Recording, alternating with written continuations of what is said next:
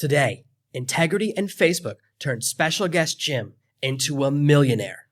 Today's episode is brought to you by Thrive Themes. Beautiful WordPress templates, beautiful landing pages, and perfect sales pages. Everything you need to make your business thrive. Go to servenomaster.com/Thrive Themes. Are you tired of dealing with your boss? Do you feel underpaid and underappreciated?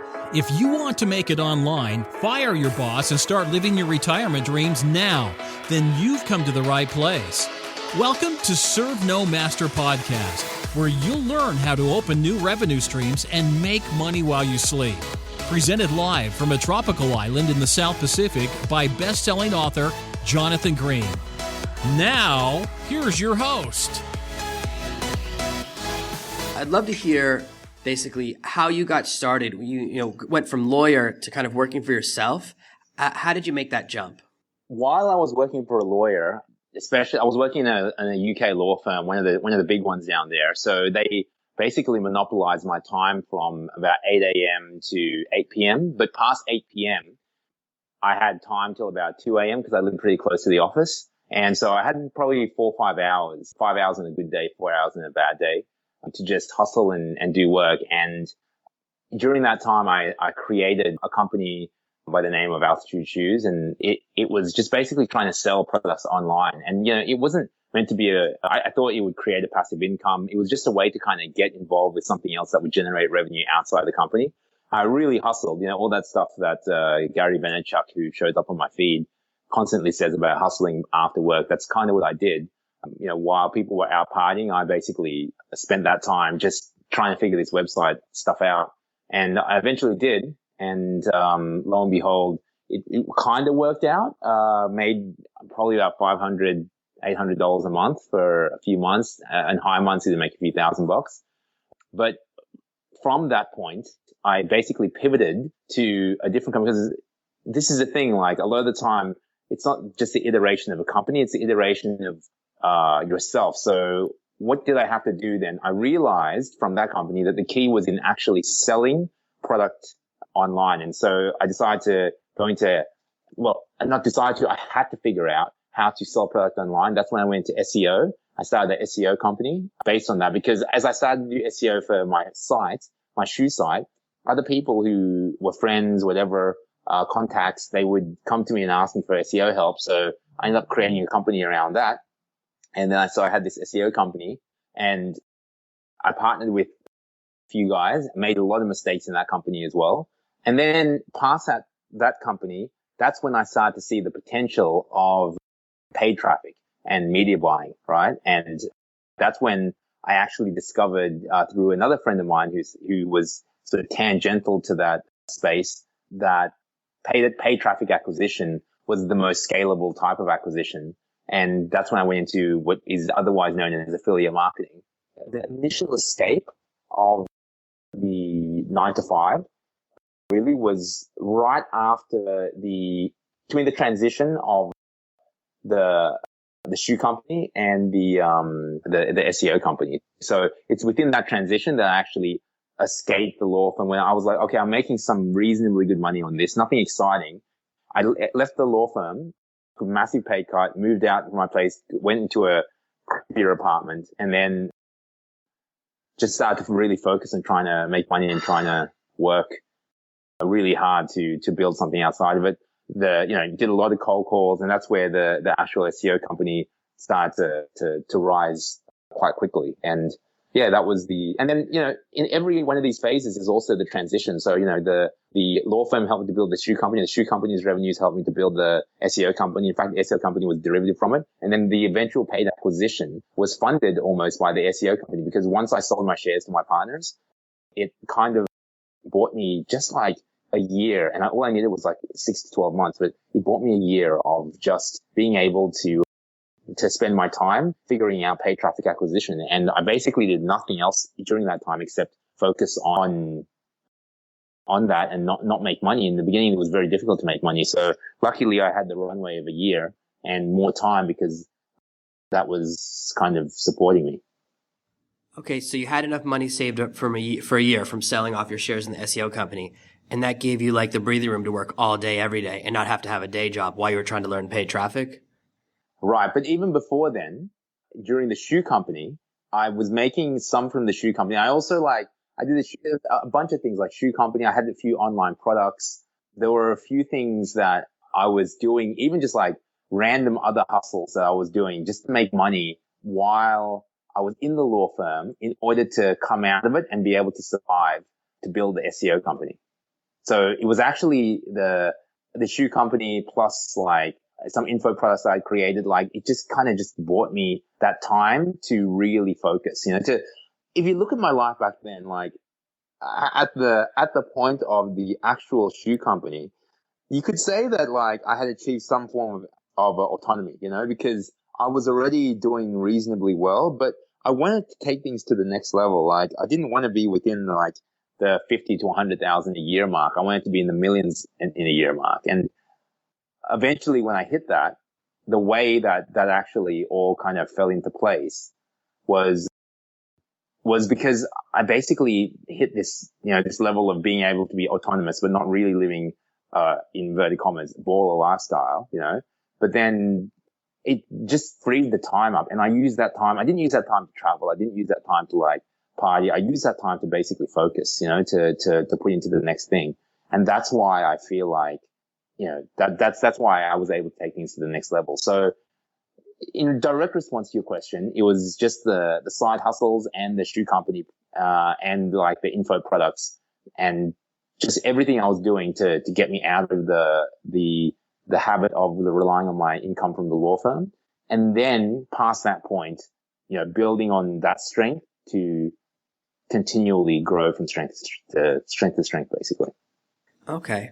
So during this year where you're learning paid traffic, how did you go down that path? Like, how did you choose the type of products you're going to try and promote? How did you try to learn to buy traffic? Can you tell me a little bit about that process and that experience? Okay, so this is past the SEO company, right? And into paid traffic. So with paid traffic, what happened was I ended up joint venturing with a lot of people. In the beginning, the joint ventures weren't making any money. And then some made a little bit of money. I just tried to work with as many people as I could, like really get lost in the field, start from the ground up and do a lot of reading, a lot of testing, lose a lot of money. It was very depressing for probably the entire year. Like the entire year was very depressing. The year after, even though I was making some money, it was still kind of depressing. It was a lot of time and effort and energy put into things which weren't really hitting.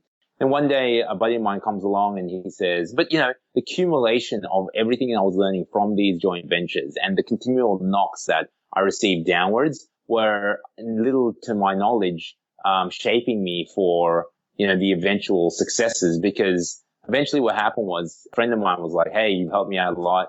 I really like you. Here's a campaign. It was for Groupon. He gave me his campaign. And he's like, just don't run it in the UK. And he kind of mentored me through it a little bit, right? I'd helped him on some other things in the past. And this is like, I'm a big believer of like being a forward giver and not necessarily thinking too much about what to receive in return in the beginning. But, he goes, look here, take this campaign. But it really wasn't that he gave it to me, right? Before then, I had known what Facebook was about. I'd known how the account system worked. I'd known how to launch successful ads. I'd known how to get creatives approved. I'd known where to get accounts. I'd known I understood, and this is primarily Facebook. I understood exactly. I was living and breathing it. I understood that. I understood the funding cycles. I understood back then when I was using affiliate networks. I understood affiliate networks. I understood offers. Like I'd launched campaigns before. So it was like I could do it within 20 minutes. And then I was also stronger on understanding the platform itself.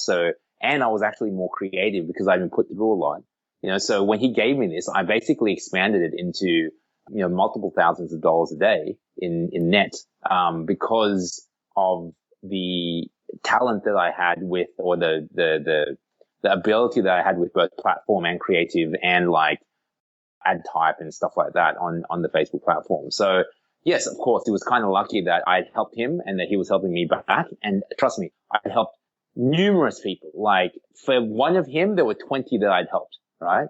And I'm just so lucky that I kept helping people, I'm so lucky. And then from there, that was really the first time it kind of really clicked for me. in that it wasn't really a joint venture. It was more that relationship. But, it was bound to happen. The more I think about it, I was just talking to so many people. It was a inevitability that I would achieve some success at some point because I was hustling so hard. I was like literally so focused. It was unbelievable, Okay, so what was your next crux point? Like, what was the next moment where you jumped up another level?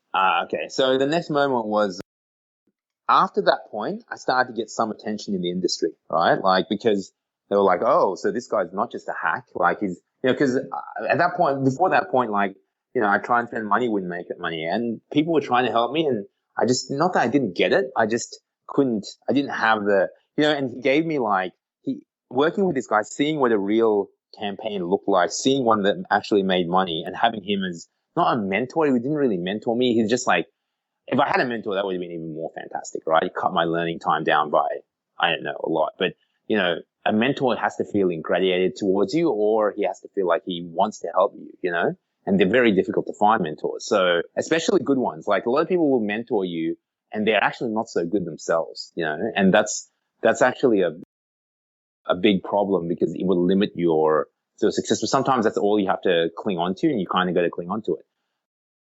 The next time was actually I would consider him the first guy to be a mentor. The second guy was just because I started growing from strength to strength. So past that campaign, I partnered with someone else and immediately we became profitable on it was a BizOp campaign at that point in time, right? Business opportunity.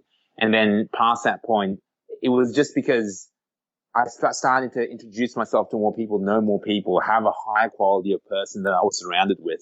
And I just kept trying to work with people in the hope that, I'd continually basically evolve, and that can happen. And then I got a reputation for being fair. Like, what I really hated was people to lose money, and I would never take really unfair margins. I would never take I would always think of the other person. And I still have that reputation now, and it serves me so well because, there are times where I've literally lost like 40 to 80 grand just because of a business transaction that did badly. And I will never work for that person again. And if anyone ever asks me about that person, I can't give them a good introduction. But it's the impact of the reputation that I was building. I didn't even see this, right? But I didn't like the fact that if other people were to lose because I was winning, especially the people I was doing business with, right?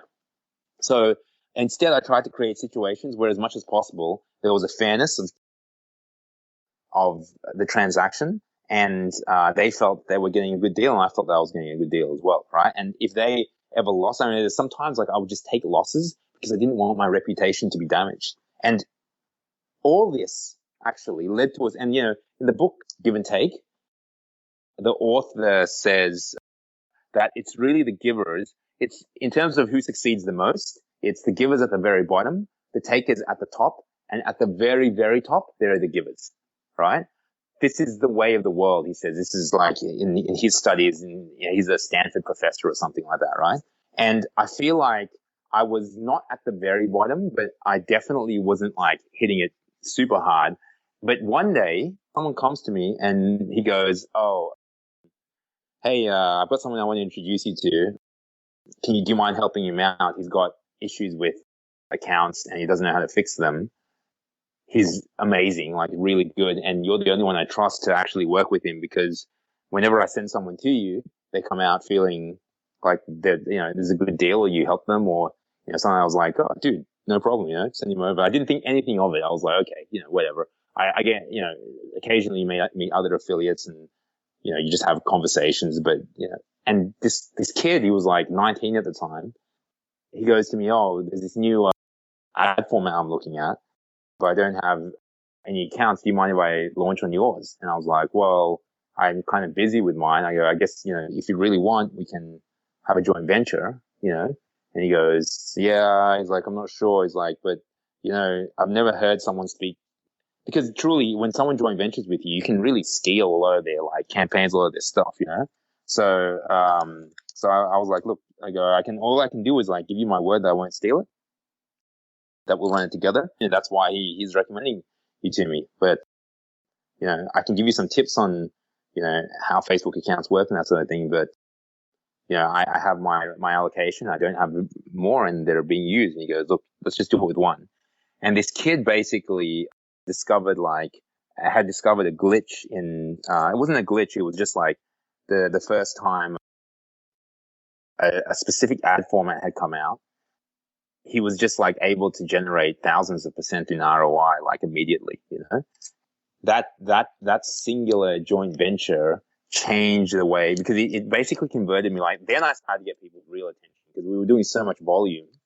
We started really getting the attention of big people. I started getting invited to the more private industry events. So even now, like, I have full access to the largest affiliates if I really want to. I'm kind of retired now, so I don't use it anymore.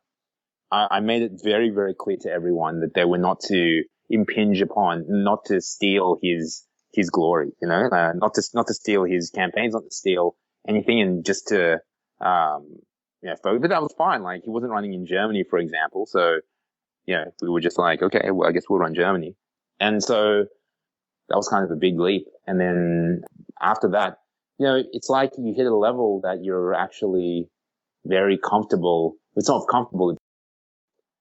It's difficult for anyone to take what you have, because then I started getting invited to very, very exclusive events, offers, different business opportunities, different partnership opportunities.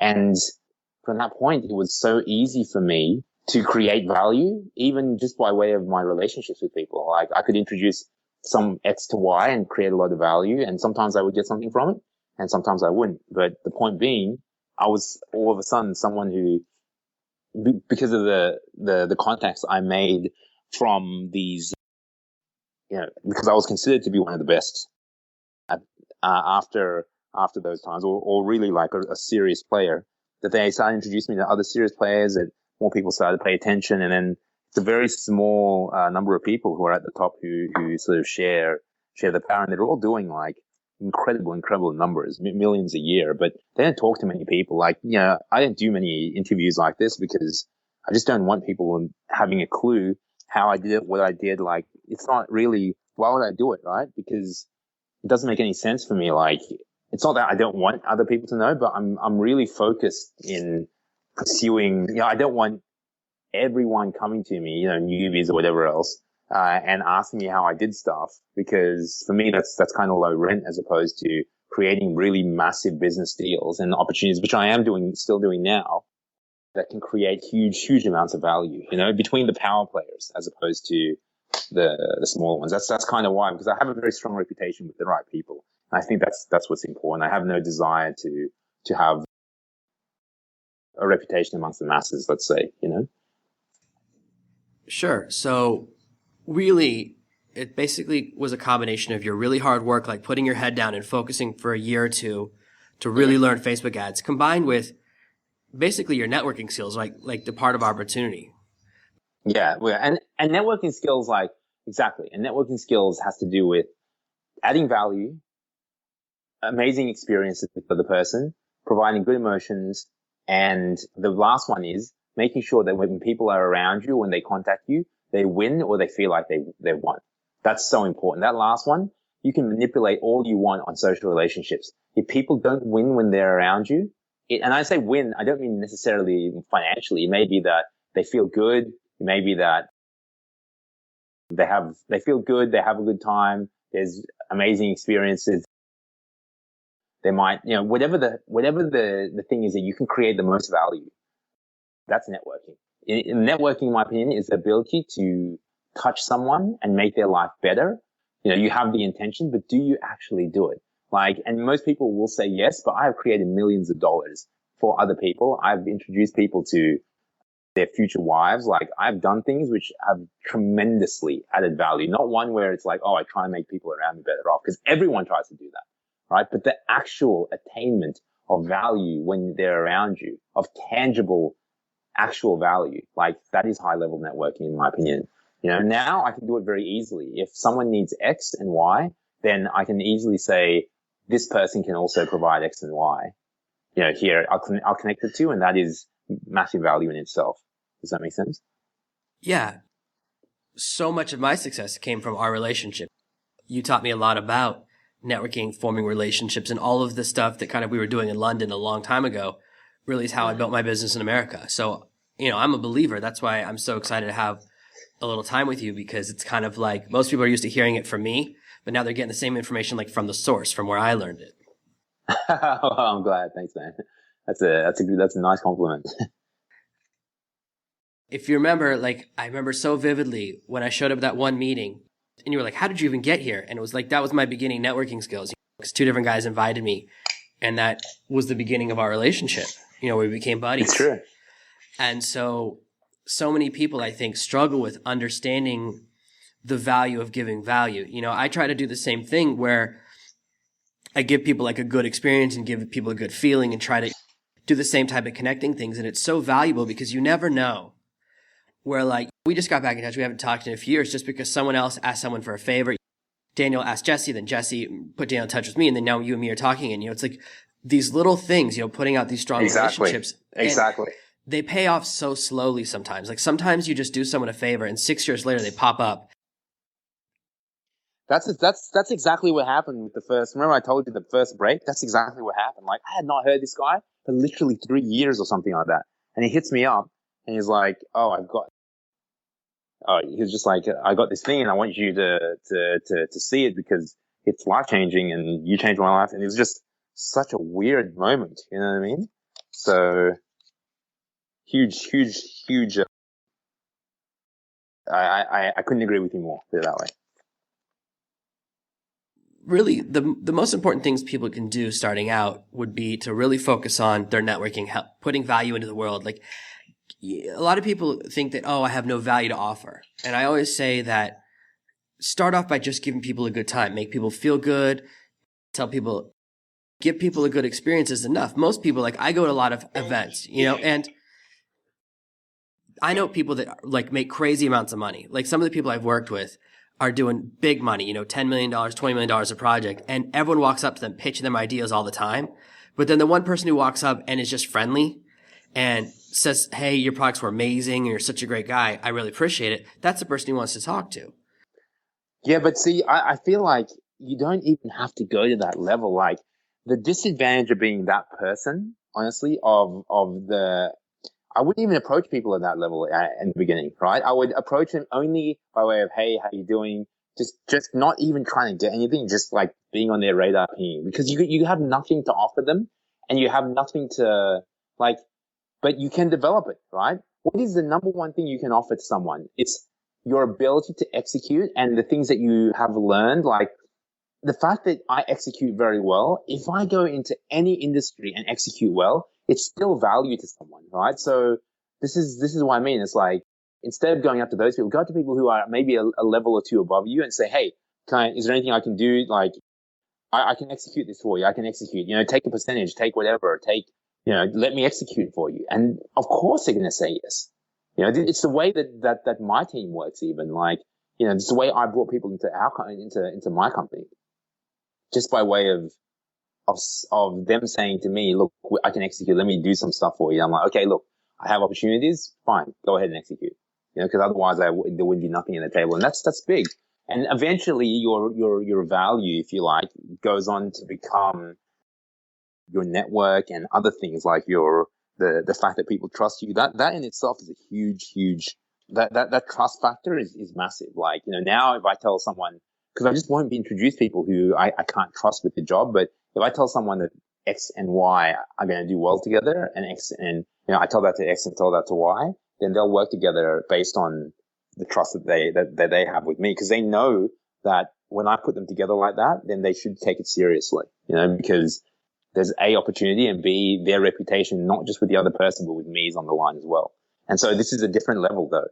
And so what I'm trying to say in summary is that wouldn't approach them for maybe you could, again, like go out with them, have a good time, and eventually something. That's how some of the guys got to work with me. Like, and literally there's this one kid and he would go out all the time, and honestly, he just got me girls. Really strange. And, back in the day, but I was like, and then eventually he's like, I liked him. I could see that he was trying to add value, and I could see like, I could also see he wanted to like learn from me. And I was like, told him outright, there's no chance of me teaching him anything. Then like 6 months later, circumstances change, but he's still adding value, doing nothing except adding value. So circumstances change, there's an opportunity, and he's like, Luke, let me jump on this. And I was like, okay, now he's crushing it, doing like really well, So yeah, you're right. It's like adding value and being able to execute. I would definitely agree with that. Okay. Well, thanks, man. I appreciate you like giving so much solid knowledge. And, I know you don't do interviews very often and you kind of stay in the shadows, which I totally understand. But I think this is like some amazing information to really help people kind of find a path to escaping their own cubicle prisons. To celebrate the launch of the Serve No Master podcast, I'm giving away some epic prizes. You could win an Amazon tap and have me personally turn you into a best-selling author. To win your part of over $20,000 in prizes, go to servenomaster.com/contest. Thank you for listening to this week's episode of Serve No Master. Make sure you subscribe so you never miss another episode. We'll be back tomorrow with more tips and tactics on how to escape that rat race. Head over to servenomaster.com/podcasts now for your chance to win a free copy of Jonathan's bestseller, Serve No Master. All you have to do is leave a 5-star review of this podcast. See you tomorrow.